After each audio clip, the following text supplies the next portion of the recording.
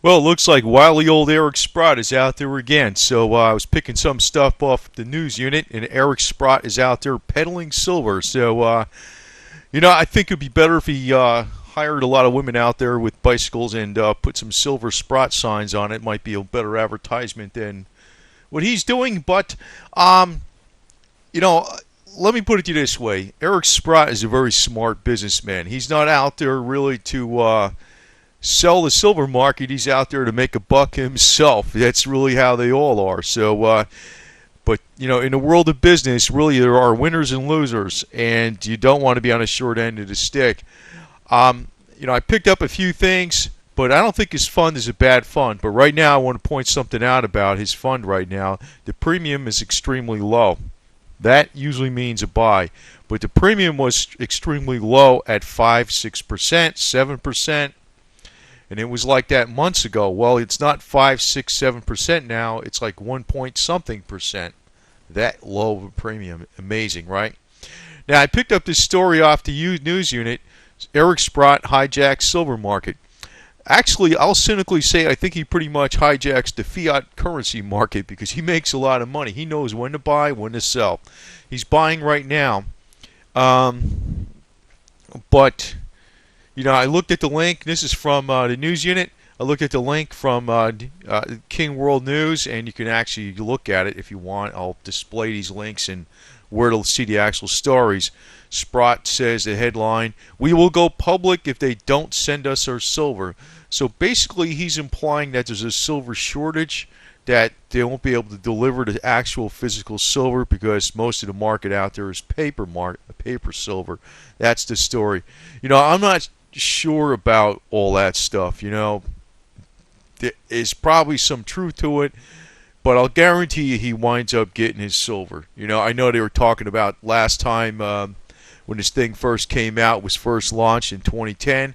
They were saying some of the bars were manufactured after the date of the order. I don't know. He's a good guy at marketing, okay? So you got to buy into his fund. Now, I'm going to point something else out. This is a article. This was basically back in January 9th, 2012. PSLV premium surges to 31%. 31%. Basically, it's a closed-end fund, so it has a premium on it. It doesn't follow the price of silver. So the net asset value of the fund, sometimes the shares sell for a premium than what the actual net underlying assets are. So this time it was in January of 2012, it was selling at a 31% premium. Then today, if you're looking right now, it's 1.7% or 1.72%. So basically you lost 30% on the premium. You lost the whole premium practically. In other words, from this time January to this time now, you would have been better off putting it in SLV. And here I'm going to show you this chart. Now, it depends on when you buy it. Right now, it might be a good buy. I mean, I would have said it was a good buy back in August when the premium was only about, or even June or May, when the premium was about 5 to 7%. But if you look back here in 2012, at the first month, you see this blue line where it dropped down real fast? That's the Sprott fund. You see, it was actually a mountain that was sitting way above SLV. The premium was going up, then it dropped. Why did it drop then? Back in early 2012, Sprott did an offering. And I noticed on the markets, before the offering happened, it was announced. We knew it was coming out, but you didn't know the exact day. You knew it for months and months and months. Meantime, the premium was going up, but you didn't know the exact day. But before it was announced, I noticed PSLV dropped some percentage, even though the price of silver was going up. That indicates to me that people on the inside knew that they should sell.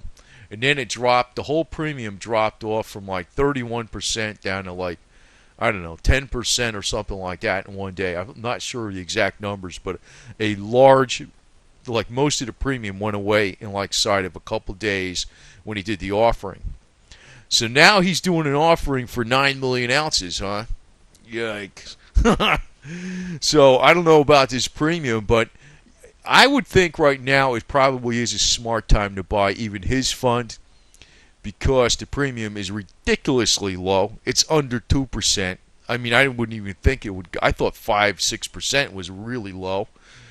I mean, so right now, here if you look for the past year, PSLV far underperformed SLV. SLV being the red line, and blue line is PSLV. But the opposite case might be the truth going forward. Now, I was smart enough to dump PSLV mainly pretty close to this peak. Pretty close. It was probably the second red peak right after this. Not the red one, but the blue one right after this. And then I rebought in lower. So I'm actually overall ahead on this fund. I'm okay on this because of where I bought and sold at.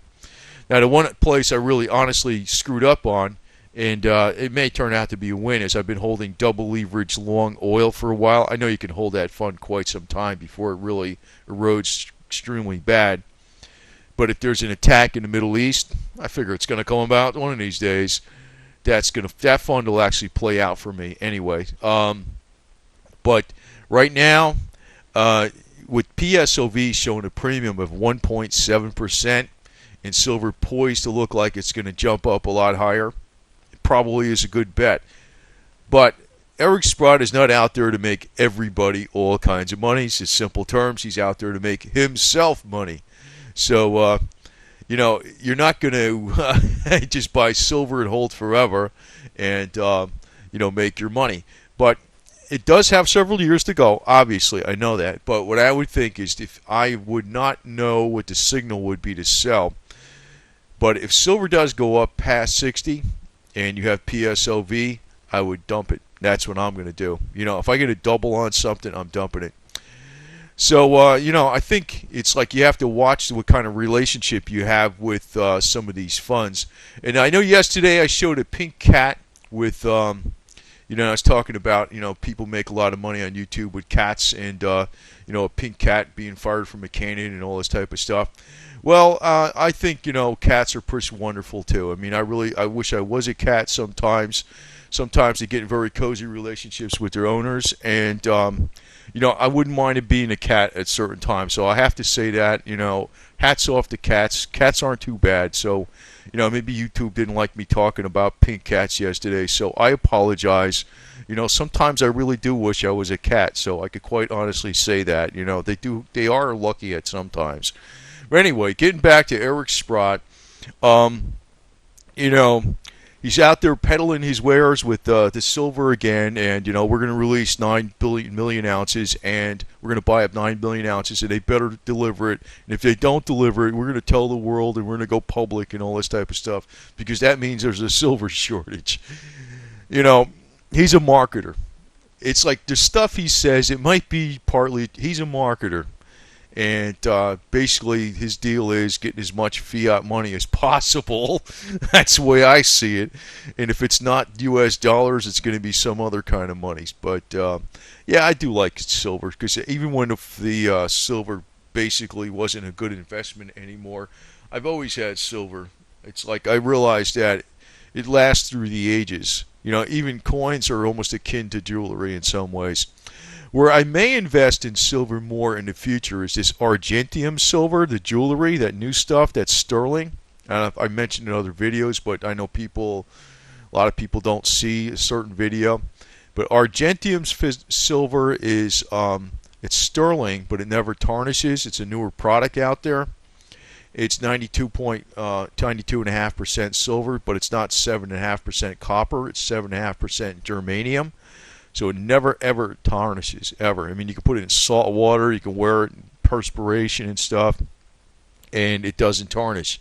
It looks just like, it looks just as good as the day it was brand new. You never have to polish it or anything for that reason. So it's silver being the most lustrous metal, or it has the most reflectivity. If you never tarnishes, it's a great metal, and it's a lot cheaper than something like white gold or platinum, obviously. But it still retains its awesome appearance, and that's Argentium sterling silver. So I think after, in a very long range, say several years or more down the road. The one thing I would probably do as a permanent hold would be Argentium silver jewelry. That may be something that may be a good buy. And I think today, if I see good deals on that stuff, that might be how I might accumulate silver, Argentium sterling silver, because I'm tired of buying the coins, to tell you the truth. And, I'm just in a holding pattern until it goes up extremely high. But considering how all the things are just correlating recently with the fiscal cliff turning out to be just a debt-raising ceiling contest. That's what I'm going to say it's going to be. It's not going to be a cliff. We're going to keep inflating the balloon a little more. I see silver going up and gold going up. Dollar's not going to be the safety. But do beware of the marketing skills of all the people out there in the silver bullion crowd. And I mean, Eric Sprott, I'm not going to knock him or nothing, but if I was paying attention, extremely good, especially to some people that might be considered anti-Sprott, which I don't think they were in retrospect. I could have timed the market right to precision and made a slew of money. So I'm watching very carefully in the future, because right now is not the time to sell silver, but there's going to be another interim time to sell some silver and rebuy it back. I'm going to pay very close attention to what Eric Sprott says. And yes, sometimes I wish I was a cat if it's under the right circumstance. Very true.